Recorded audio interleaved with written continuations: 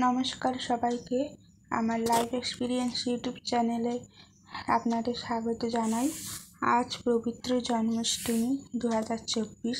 এই উপলক্ষে আমি আমার পুজো করা কিছু ভিডিও আপনাদের সাথে শেয়ার করতে চলেছি।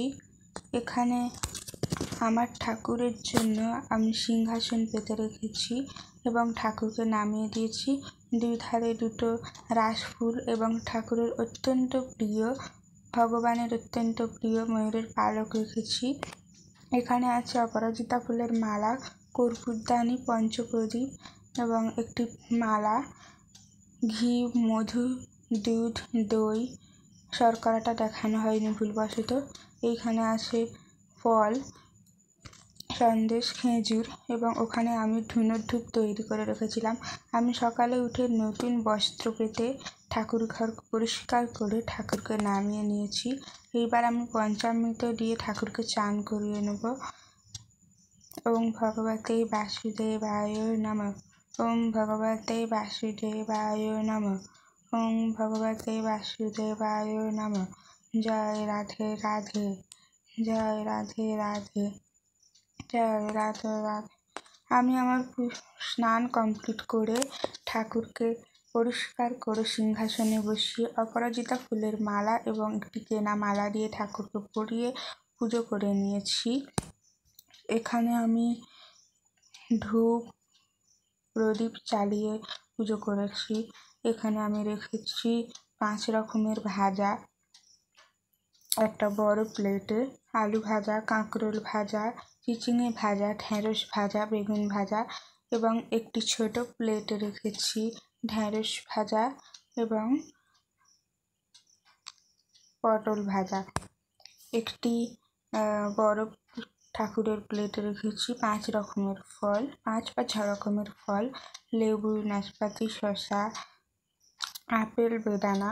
এবং যেহেতু এটা জন্মাষ্টমী, শ্রীকৃষ্ণের জন্ম তিথি, তাই আমি এখানে 1 গ্লাস দুধ রেখেছি এবং 1 গ্লাস জল রেখেছি।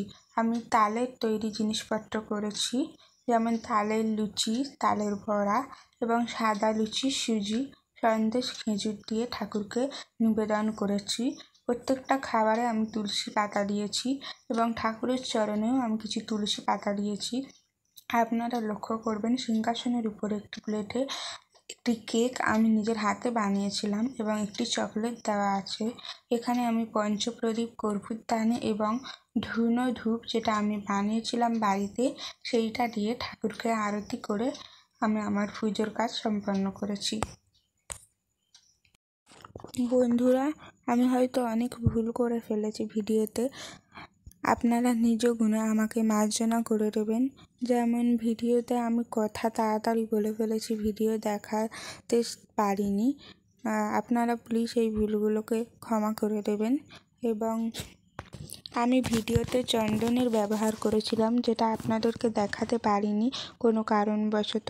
চন্দন আমি শ্রীকৃষ্ণের এবং রাধিকার কপালে দিয়েছিলাম তিলক হিসেবে, এবং শ্রীকৃষ্ণের চরণে যে আমি তুলসী পাতা দিয়েছিলাম, সেই তুলসী পাতায় আমি চন্দন লাগিয়ে দিয়েছিলাম।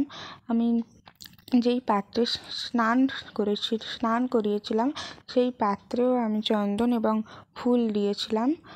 চন্দনের পুরোটাই হয়তো বাদ পড়ে গেছে, আপনারা প্লিজ এটা একটু অ্যাডজাস্ট করে নেবেন। আমার লাইফ এক্সপিরিয়েন্স চ্যানেলে আমি নিত্য নতুন ভিডিও দিয়ে থাকি। আপনারা কী কী টপিকে ভিডিও দেখবেন আমাকে প্লিজ কমেন্টে জানাবেন।